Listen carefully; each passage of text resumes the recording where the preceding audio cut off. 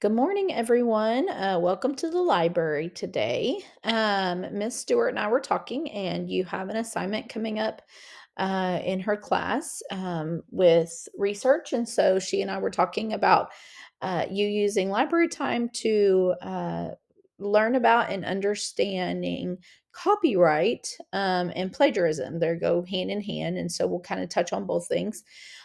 So let's go ahead and get started on what is copyright. We are going to make sure that when we get through this, as we're going through these slides and this presentation, that our learning objectives are going to be defining copyright and explaining how it relates to plagiarism. We want to make sure that we're listing some of the potential consequences of plagiarism.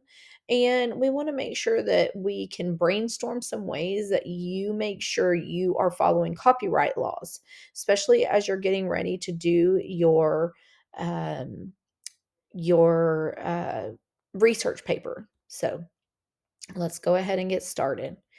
So first, we want to talk about what is plagiarism.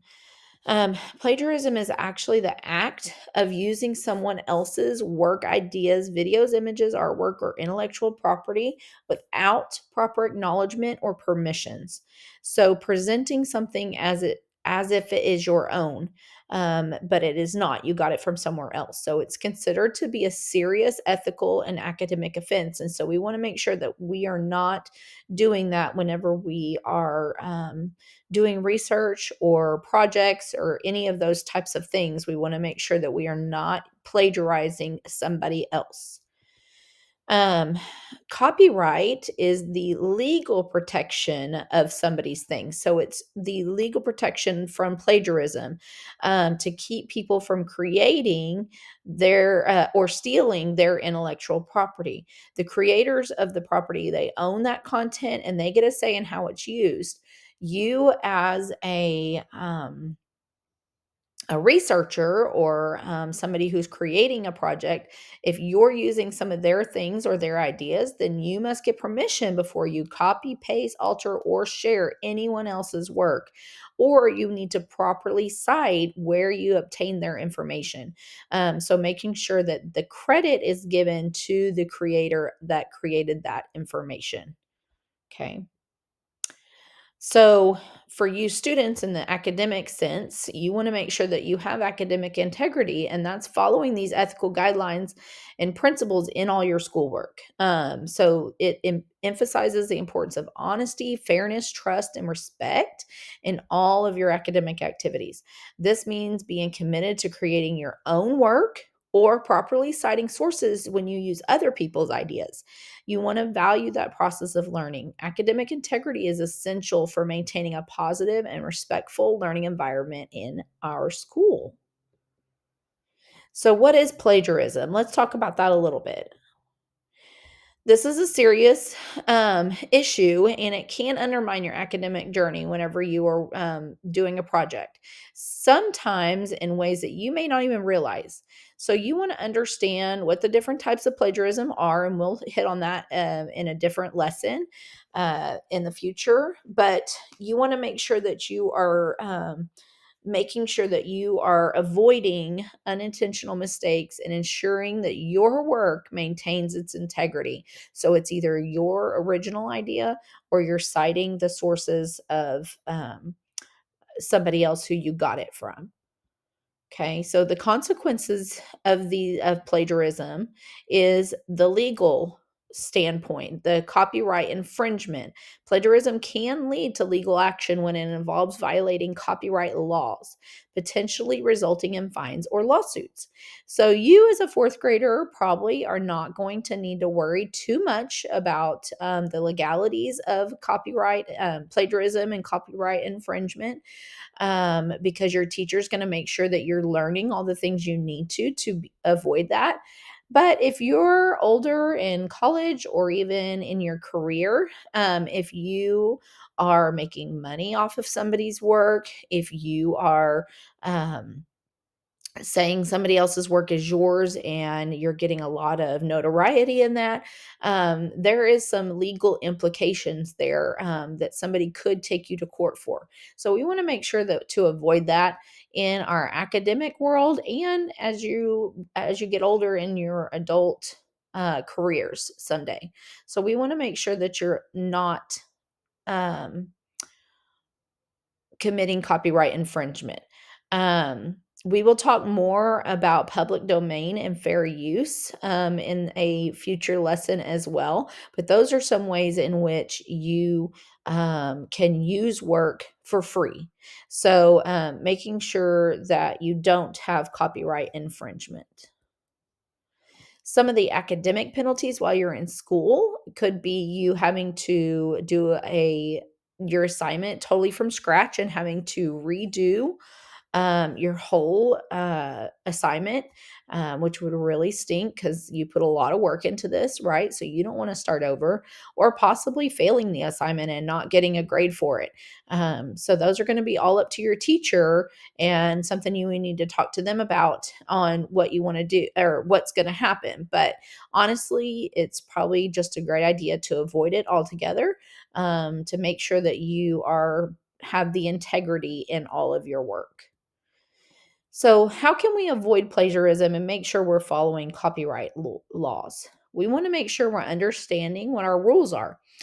And where you understand the guidelines, you're able to stay within them, right? So, understanding what constitute plagiarisms, because we don't want to accidentally plagiarize when we don't realize that's what we're doing.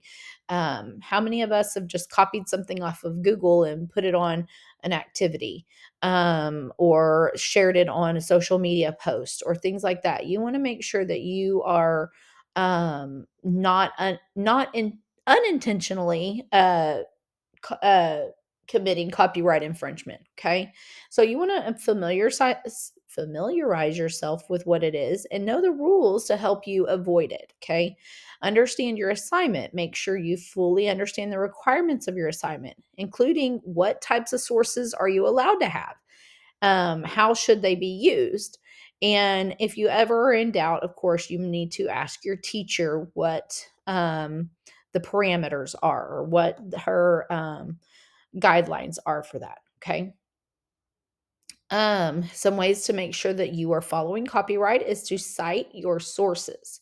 You want to keep track of your sources, as you're searching through, whether it be the internet or a book, or a magazine, or what have you.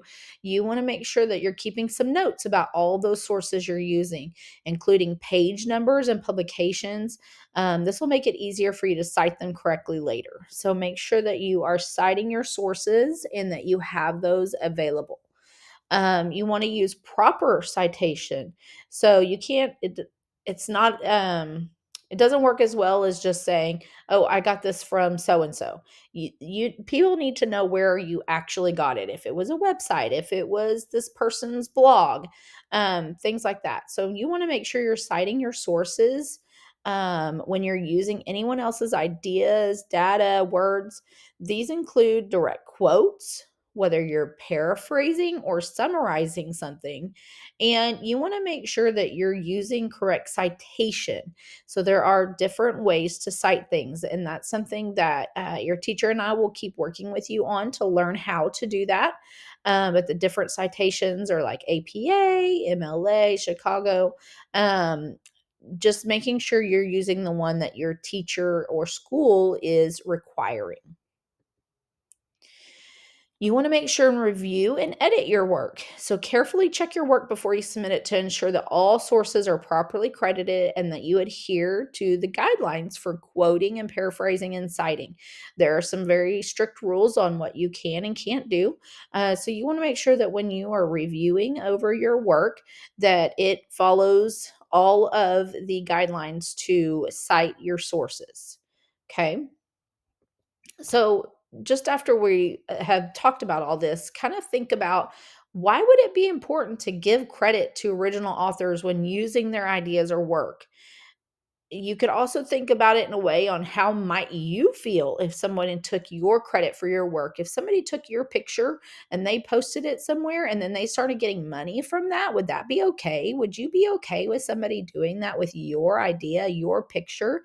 Um, so just think about how would you feel if somebody did that to you? What strategies can you ensure that you avoid plagiarism in your future assignments? So just think about these questions for a minute and just think about what would you, we're not going to answer them out loud, but just kind of think about how would that make you feel? Here in a minute, we're going to start our small group and we're going to have our checklist that we're going to create. And so we will go over that more in just a few minutes. And of course, I've included my references so that you know that I can also cite my sources of where I got my information. All right. Thank you, everyone.